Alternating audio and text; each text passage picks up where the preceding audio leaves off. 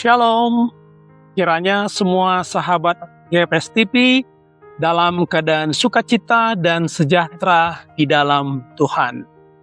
Sebelum kita mendengarkan firman Allah pada pagi hari ini, marilah kita berdoa.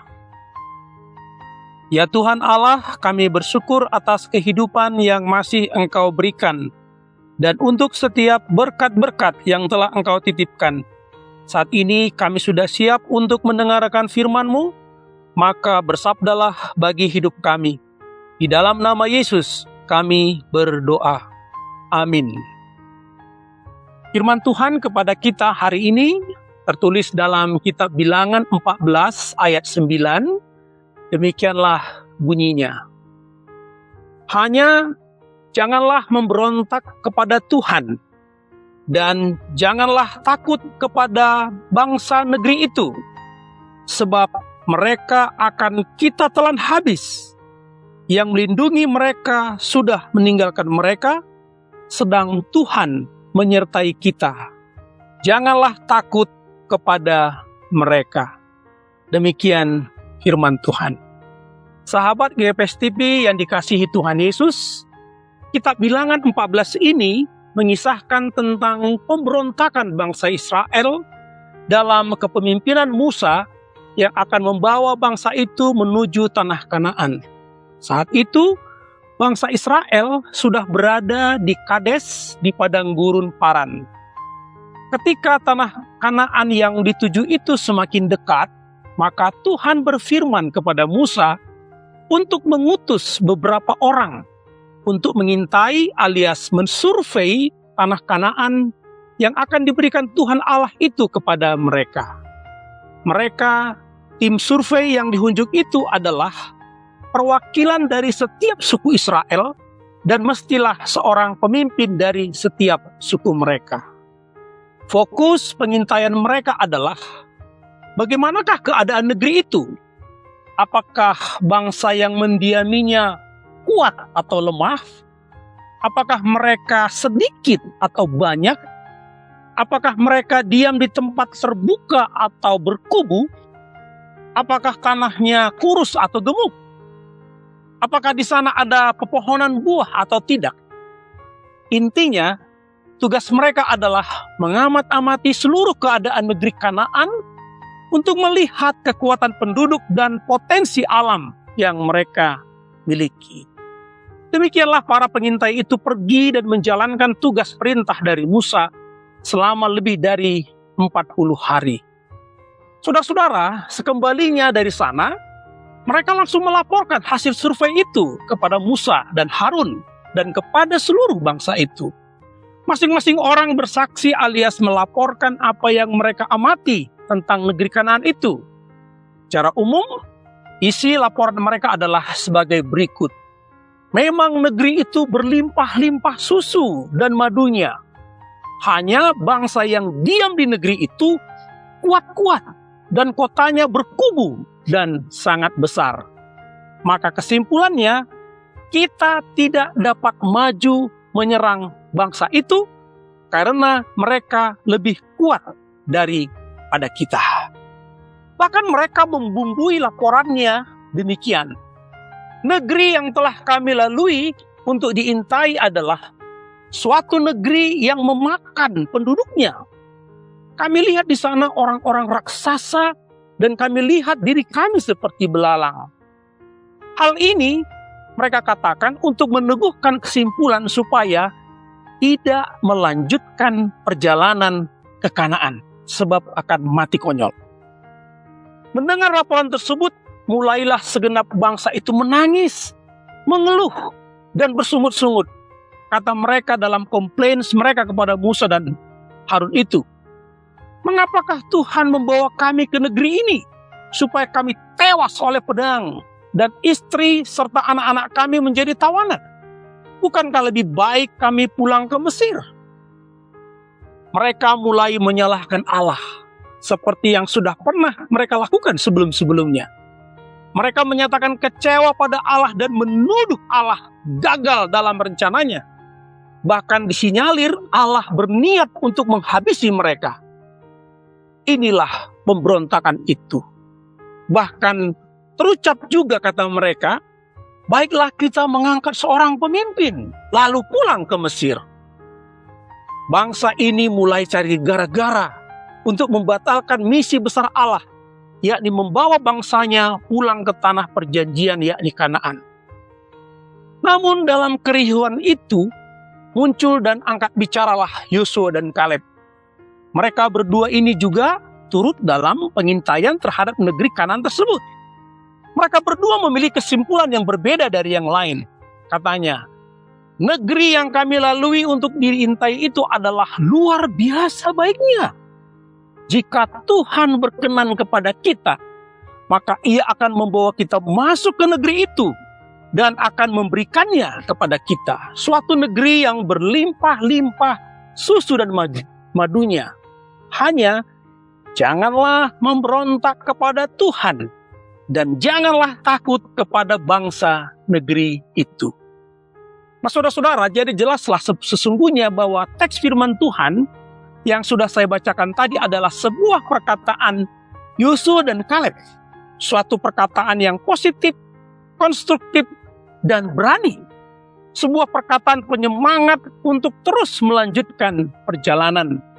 Sebuah perkataan yang menyerahkan seluruh rangkaian perjalanan bangsa itu dengan mengatakan, jika Tuhan berkenan. Ini adalah sebuah pernyataan iman dan keberserahan kepada kehendak Tuhan. Dari pihak Tuhan, ia sangat yakin bahwa Tuhan akan bertindak untuk memberikan negeri itu kepada mereka. Tentu berdasarkan pengalaman-pengalaman sebelumnya. Dalam perjalanan mereka di padang gurun, Yosua dan Kaleb sudah banyak melihat karya besar Allah, alias mukjizat dari Allah. Maka mereka yakin Allah berkuasa dan pasti dapat melakukannya untuk menghantarkan mereka masuk ke tanah Kanaan. Hanya dari pihak umat diharapkan kepatuhan dan ketaatan, bukan pemberontakan kepada Allah. Umat diharapkan memiliki optimisme untuk menang, mengalahkan bangsa Kanaan itu, karena Tuhan akan menyertai dan melindungi mereka. Tuhanlah yang akan berperang buat mereka. Jadi jangan takut dan jangan memberontak kepada Allah. Yosua yakin mereka dapat menelan habis alias mengalahkan bangsa Kanaan yang memiliki orang-orang kuat seperti raksasa itu. Kubu-kubu mereka akan dapat ditaklukkan dengan kuasa Allah yang besar. Demikianlah keyakinan Yosua dan Kaleb. Sahabat GPS TV yang dikasihi Tuhan, cerita ini mau mengingatkan dan mengajak kita untuk tetap yakin dan berkomitmen bahwa jika Tuhan di pihak kita, maka jangan takut, kita akan menang. Musuh akan dikalahkan, badai akan dapat dilalui, persoalan akan dapat diatasi. Yang diperlukan dari kita adalah penyerahan, ketaatan, dan mau dipakai Tuhan untuk tetap berjalan mewujudkan misi dan karya Allah. Maka jangan pernah mengeluh, jangan bersungut-sungut, jangan menyerah, dan janganlah pula memberontak terhadap Allah. Pemberontakan adalah kekejian di hadapan Allah. Pemberontakan adalah perlawanan terhadap kuasa Allah. Pemberontakan adalah perlawanan terhadap rancangan Allah. Tentu sebagai umat Kristen, kita pengikut Tuhan Yesus, janganlah bersikap demikian. Tetaplah kita mengikut Yesus dalam ketaatan dan kesetiaan. Ikut pada rancangan Allah. Benar, tantangan hidup tetap ada. Kekuatan musuh pasti ada. Tapi ingat, Allah yang kita miliki adalah Sang Alfa dan Omega. Tuhan yang Maha Kuasa, El Shaddai. Maka berserah sajalah kepadanya. Turutilah perintahnya. Gak ada untungnya melawan Allah. Apalagi berpaling darinya akan mendapatkan kerugian yang besar. Maka saudara-saudara, mulai hari ini tetaplah mengandalkan Tuhan. Jangan berpaling, jangan mundur dari rancangan besar Allah. Allah senang dengan orang yang memiliki iman dan daya juang yang hebat. tetaplah mempercayakan diri kepada Tuhan dalam optimisme yang bulat, bukan memberontak. Yakinkan kuasa Allah tetap beserta dan melindungi kita. Selamat menjalani hari ini dalam penyertaan dan lindungan Tuhan, dan Tuhan Allah memberkati saudara-saudara sekalian. Amin. Marilah kita berdoa. Tuhan, sertai dan lindungilah kami dalam menjalani hidup setiap hari. Meski ada tantangan, kami tidak akan goyah, tidak akan berpaling darimu, sebab kami yakin bahwa Engkau lebih kuat dari segalanya. Engkaulah Allah yang Maha Kuasa. Di dalam nama Yesus, kami berserah diri dalam penyertaan dan lindungan-Mu. Amin.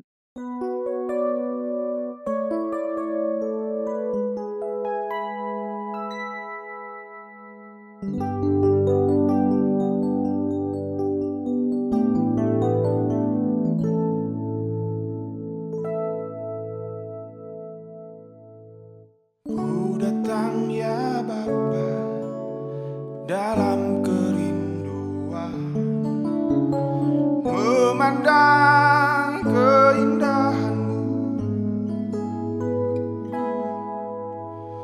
Ku berikan segalanya, semuanya yang ada. Ku ingin menyenangkan hati-Mu, oh Tuhan. Jadikan aku indah yang Kau pandang mulia, setulus karya-Mu di dalam hidupku. Ajarku berharap hanya kepadamu, taat dan setia kepadamu Tuhan.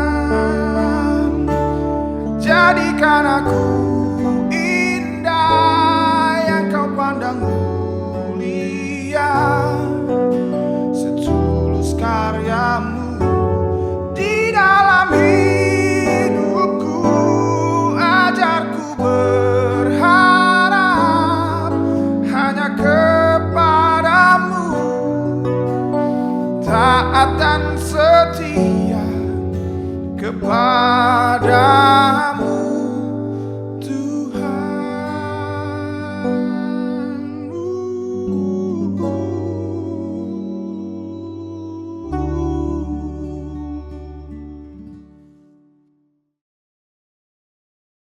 GKPS TV.